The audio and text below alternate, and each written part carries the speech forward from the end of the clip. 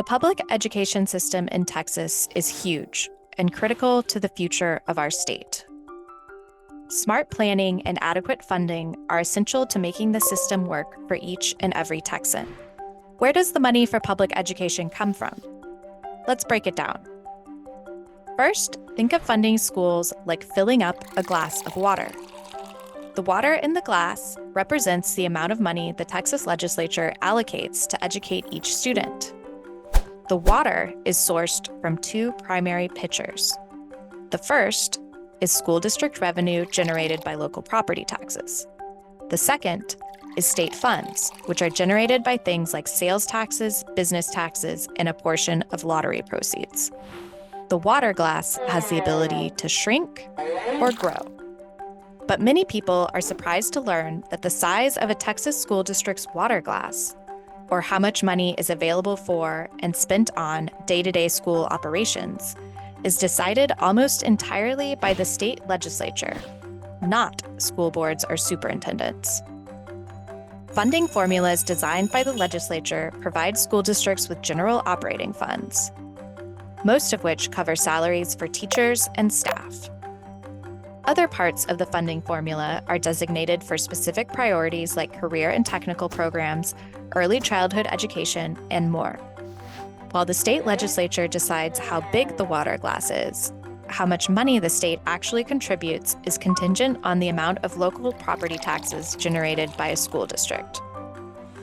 In our complex school funding system, when local property values go up and tax collections increase, local schools do not receive more funding.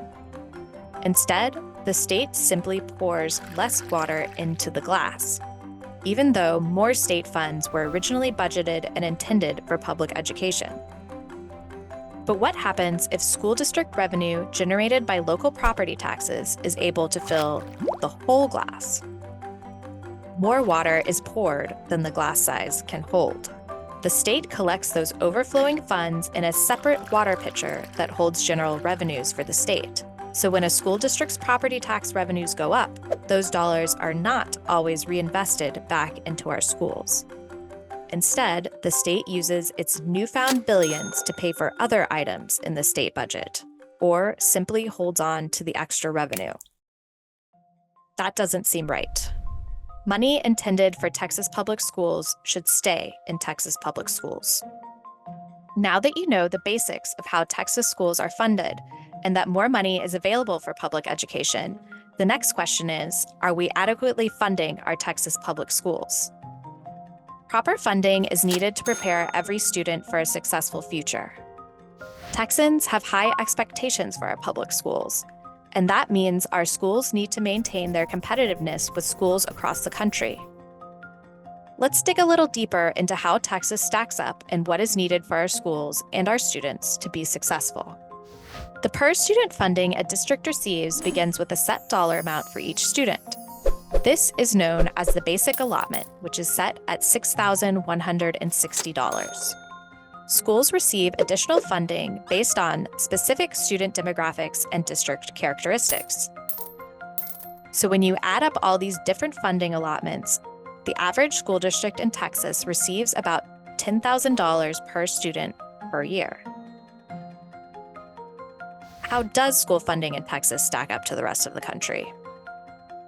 Despite our thriving economy and dramatic population growth, Texas still spends $3,000 to $4,000 below the national average and ranks in the bottom 10 states in student funding. Our glass could be bigger. It should be bigger. Much bigger. According to a Quality Counts report, Florida invests $1,100 more per student. Alabama invests $1,700 more. Louisiana, $3,700 more. Michigan, $4,300 more. And New York spends over $11,000 more per student than Texas. Even California, the only public school system larger than our own, spends $1,600 more per student than Texas. So, if school funding in Texas is like filling a glass of water, in Louisiana, it's more like filling up a jug of water. We are falling behind.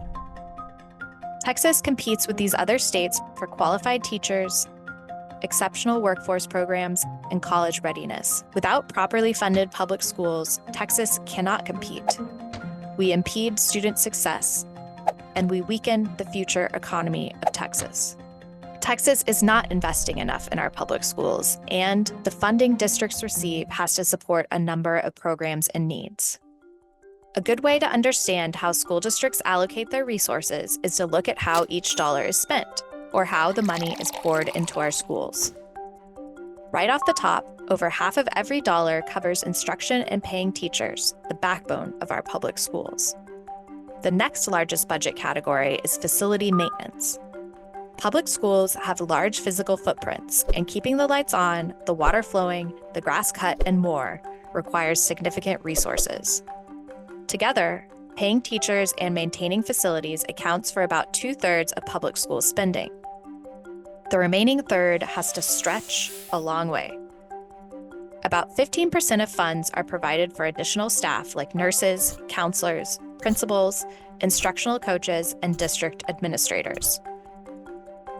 Just under 10% goes towards basic student needs of transportation to and from school and student meals. Extracurricular programming, including the fine arts and athletics programs that inspire and cultivate student and family enthusiasm, accounts for about 3% of spending. Other needs, like IT infrastructure and school safety provisions, are covered by the remaining funds. This is how school funding supports and maintains well-running schools. As you can see, there isn't much room to trim. Our current school funding system doesn't account for inflation, and we've all felt the impact of rising inflation in our daily lives. Households and school districts have had to tighten their belts like the rest of us. With increasing costs, operational necessities, high expectations, and little room to trim, every public school student suffers when inflation rises without sufficient additional support. With less buying power, all schools, even those in property-wealthy districts, will struggle to retain high-quality teachers, maintain safe and efficient facilities, and preserve programs our kids and families care about. A strong Texas economy depends heavily on student success in college, career, and military readiness. Without proper funding, Texas will fall behind. Public schools are foundational for our state's success. Money matters in education.